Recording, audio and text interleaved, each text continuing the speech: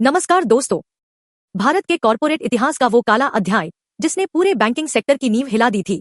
जी हाँ, मैं बात कर रहा हूँ LFS, infrastructure leasing and financial services घोटाले की। सालों बीत गए लेकिन इस घोटाले की आग अभी भी ठंडी नहीं हुई है। एनसीएलटी ने एक ऐसा फैसला सुनाया है जिसने बड़ी बड़ी ऑडिटिंग कंपनियों की नींद उड़ा दी है। धारा 339 का वो कौन सा पेच है जिसने उन्हें फंसा दिया है?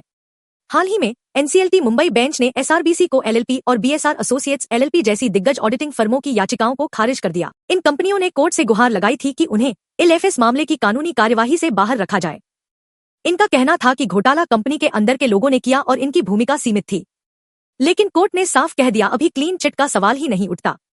ये मामला सिर्फ पैसों की हेराफेरी का नहीं है, बल्कि उस भरोसे का है जो आम निवेशक और सरकार इन ऑडिटर्स पर करती है। अगर 91,000 करोड़ रुपए का कर्ज डूब जाता है और ऑडिटर्स को पता तक नहीं चलता, तो क्या ये सिर्फ लापरवाही है या मिलीभगत?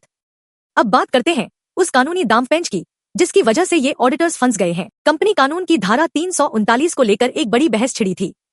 ऑडिटर्स के वकीलों का तर्क था कि जांच सिर्फ इनसाइडर्स यानी कंपनी के डायरेक्टर या प्रमोटर्स तक सीमित होनी चाहिए, लेकिन एनसीएलटी ने इस पर बहुत ही कड़ा रुख अपनाया। ट्रिब्यूनल ने कहा कि कानून में एनी पर्सन यानी कोई भी व्यक्ति शब्द का इस्तेमाल किया गया है। इसका मतलब बहुत गहरा है, चाहे आप कंपनी के कर्मचारी हो या बाहर के प्रोफेशन। अगर आप घोटाले की प्रक्रिया में कहीं भी शामिल थे या आपने जानबूझकर अपनी आंखें बंद रखीं, तो आप एनी पर्सन के दायरे में आते हैं। कोर्ट ने साफ कहा कि अगर हम इस शब्द का दायरा छोटा कर देंगे तो कानून बनाने का मकसद ही खत्म हो जाएगा। नेग्लिजेंस, अगर ऑडिटिंग के दौरान कुछ आंकड़े छूट गए या काम में थोड़ी कमी रह गई तो उसे लापरवाही माना जाएगा। फ्रॉड, लेकिन अगर यह साबित हो जाता है कि ऑडिटर्स को पता था कि कंपनी कर्ज के जाल में फंसी है और फिर भी उन्होंने इसे छिपाया, तो ये क्रिमिनल फ्रॉड की श्रेणी में आएगा। अब सबकी नजरें SFIO, serious fraud investigation office की फाइनल रिपोर्ट पर टिकी हैं। इसी रिपोर्ट से तय होगा कि ऑडिटर्स की भूमिका सिर्फ लापरवाही तक सीमित थी या वे इस पूरे खेल में बराबर के साझेदार थे।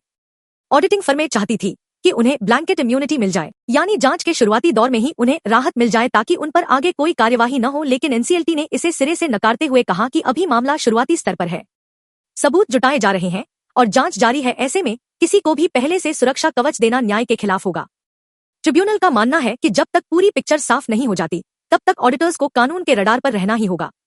दोस्तों, एलएफएस का ये मामला भारत के कॉर्पोरेट गवर्नेंस के लिए एक वेकअप कॉल है। अगर देश की सबसे बड़ी ऑडिटिंग कंपनियां ही सवालों के घेरे में होंगी तो विदेशी निवेशक भारत पर कैसे भरोसा करेंगे? एनसीएलटी का ये कड़ा रुख एक संकेत है कि अब ऊपरी जांच से काम नहीं चलेगा।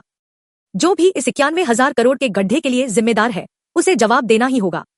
अगर आपको ये वीडियो जानकारीपूर्ण लगा तो इसे लाइक करें, हमारे चैनल को सब्सक्राइब करना न भूलें।